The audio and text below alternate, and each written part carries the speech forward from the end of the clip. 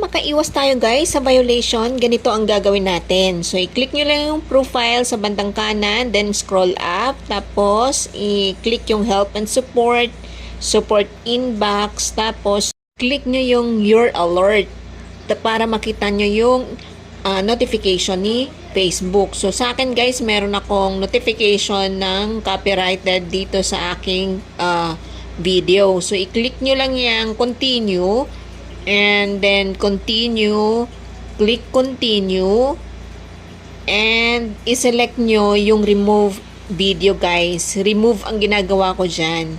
Tapos, i-re-upload na lang. Then, delete video. Yan. So, remove na natin yung copyrighted video. So, i-close nyo lang yan guys. Tapos, i-refresh nyo ulit guys yung page nyo. Tapos, puntahan nyo ulit para